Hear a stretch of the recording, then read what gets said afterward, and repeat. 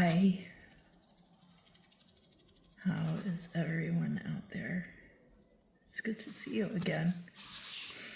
We are headed into the season of Lent, and I decided to, rather than giving something up for Lent, because I already live a very austere existence, so instead of giving things up for Lent, I decided that I was going to take part in daily devotional practice and try to keep up with uploading to this channel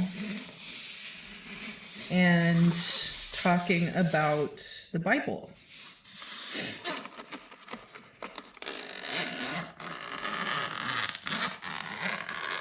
And of course, Lent, you're supposed to give up.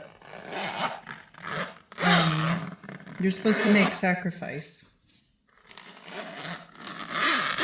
in order to be closer to the sacrifice of Christ.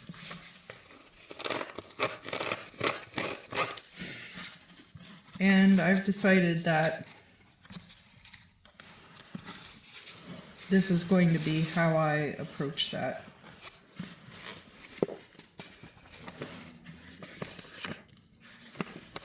So I have my copy of the Geneva Bible here.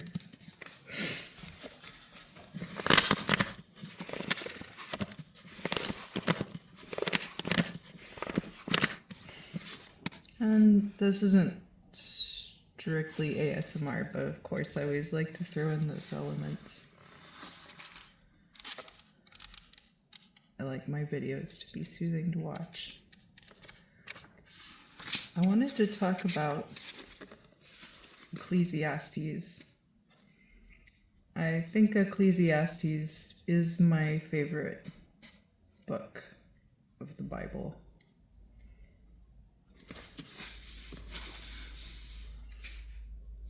The words of the preacher, the son of David, king in Jerusalem. Vanity of vanities, saith the preacher, vanity of vanities, all is vanity. What remaineth unto man in all his travail, which he suffereth under ye sun? And of course, so much of Ecclesiastes is talking about this idea of our time here on this earth spent in this kind of state of vanity, and that when we pass, then all of that is just left behind to our generations. Of course, that doesn't mean that you shouldn't try to accomplish things in your life. It just means that you should always be thinking about the things that you're accomplishing in terms of the long-term and sustainable effect that they have the potential to accomplish. And rather not merely looking at your life's work as the work of your own life, but looking at it in terms of the generational effect, and not just the effect on yourself and your lineage, but the people around you, and that being your true legacy in this world. Many things have the potential to have a legacy effect, especially in the arts, especially in policy. My boyfriend and I have talked a lot recently about Richard Nixon. He's become quite fascinated with Richard Nixon and the ideas and policies that he put into place. Obviously, not every policy that a politician puts into place is going to be a good one. But the way that he was able to get us out of Vietnam and his diplomacy with China, which had a very positive effect on our relations with China at that time. I don't know how much of that is still in effect in this era, because of course that was a long time ago. It is better to go to the house of mourning than to go to the house of feasting, because this is the end of all men, and the living shall lay to its heart. Anger is better than laughter, for by a sad look the heart is made better. The heart of the wise is in the house of mourning, but the heart of fools is in the house of mirth. Better it is to hear ye rebuke of a wise man, than that a man should hear the song of fools. For like ye noise of the thorns under the pot, so is the laughter of the fool. This also is vanity. Surely oppression maketh a wise man mad, and the reward destroyeth the heart. The end of a thing is better than the beginning thereof, and the patient in spirit is better than the proud in spirit. Be not thou of a hasty spirit to be angry, for anger resteth in the bosom of fools. So that's Ecclesiastes 7, 4 through 10. No, 4 through 11. I have seen all things in the days of my vanity. There is a just man that perisheth in his justice, and there is a wicked man that continueth long in his malice. Be not thou just overmuch, neither make thyself overwise. Wherefore shouldest thou be desolate?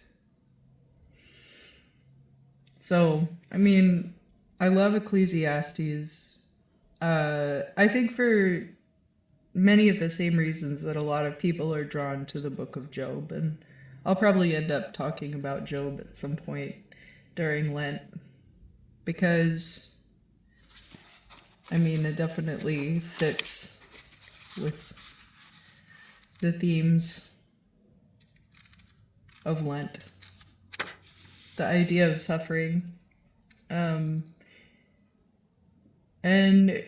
we've also at church been talking a lot about God's punishment. And obviously God's punishment is something which makes sense to him.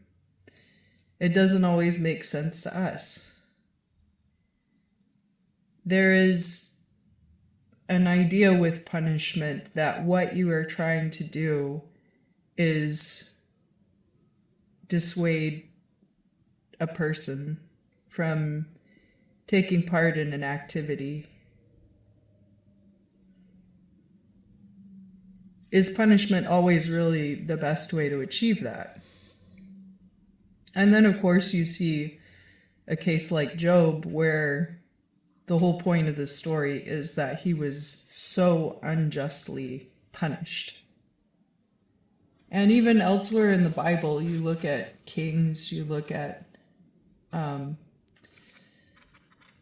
Judges and Chronicles, and they talk a lot about, this king was very unjust, or this king was very wicked, but actually God didn't punish him very much at all. But in comparison, there will be other kings that are punished who probably were doing like the same things. So why are some of them punished and some of them are not?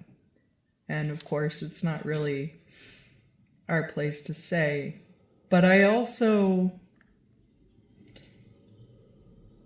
I think about God's punishment, and I'll probably talk about this more again when we look at Job, because and then, if I go into Chronicles or something like that, I'll probably talk about it a lot then. The idea that, who is God's punishment really for? If it's for anyone. And is it really for our benefit as people as God's beloved subjects? Or is it just something that ends up happening and it's like, is it actually punishment, or is this just kind of like the natural consequence of things? Sometimes it's very difficult to say. Like, does God actually punish? I feel like in the era since Christ that God probably doesn't actually punish us that much at all.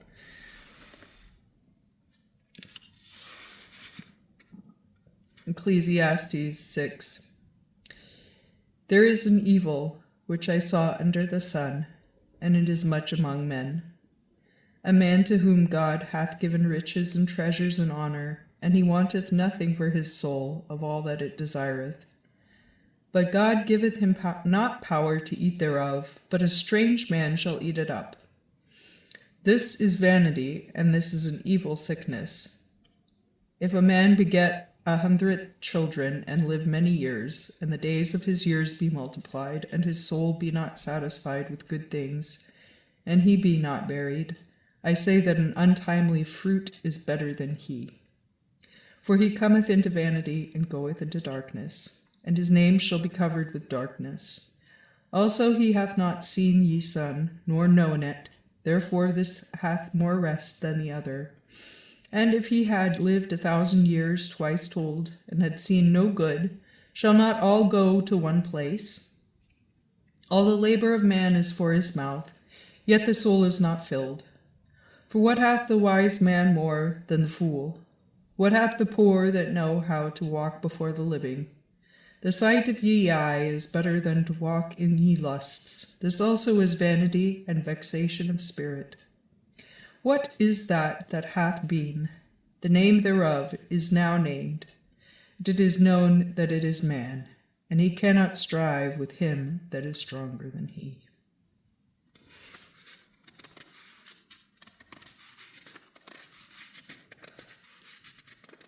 So I guess basically what they're saying here is that you may have many things in this life that you do not have the power to possess. And this is vanity, and it is an evil sickness. It's not quite like a discontentment with what one has. It's not quite what they're saying here, and it's a little bit difficult to parse. If he had lived 1,000 years twice told, and had seen no good, shall not all go to one place? The labor of man is for his mouth, yet the soul is not filled. The sight of ye eye is better than to walk in ye lusts. That is vanity and vexation of spirit. So there's this idea throughout Ecclesiastes about this vexation of spirit that comes from the discontent we experience in our lives with what God has bestowed upon us. And that it could be very great, or it could be that God has given us many riches, treasures, and honor, but has not given us the power to eat thereof, and a strange man has come along and taken it.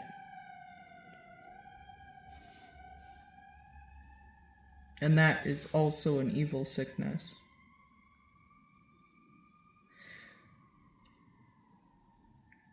And it says here of a strange man, but a lot of times I think we know these people. I think we know a lot of times who is responsible when other people are responsible for hardships in our lives. Sometimes we don't. It can be very difficult. Especially here in America, there is an emphasis on one's own responsibility for one's conditions in life. But that doesn't fully explain our position thereof.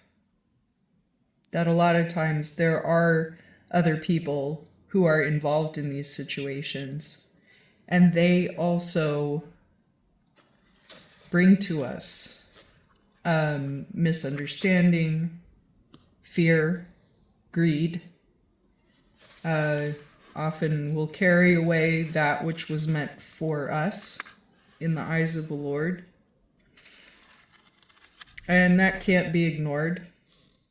You can only do so much about that.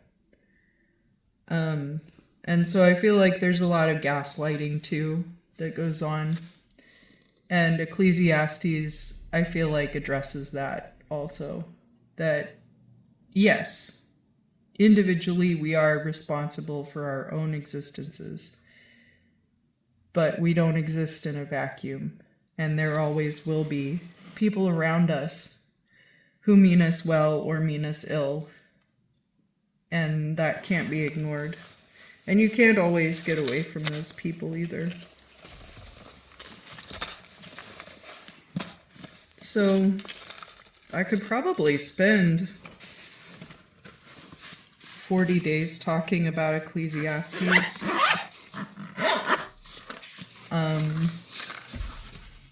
I'll probably talk about Ecclesiastes some more during Lent.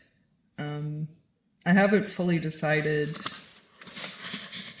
which books I want to cover.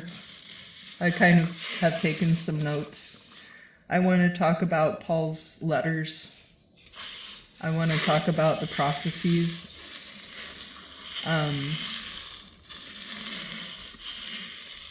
I love talking about Elijah, but it's not necessarily for Lent. You know, I want to focus on the stuff that is more specific to the purpose behind Lent, which is to understand the suffering of Christ.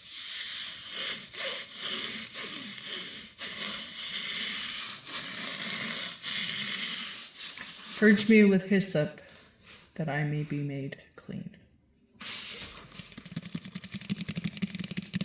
I pray for all of you to have a blessed day and to experience blessings during Lent and leading up to the Easter season. And I hope that you all have just a really lovely day. I'll see you again very soon.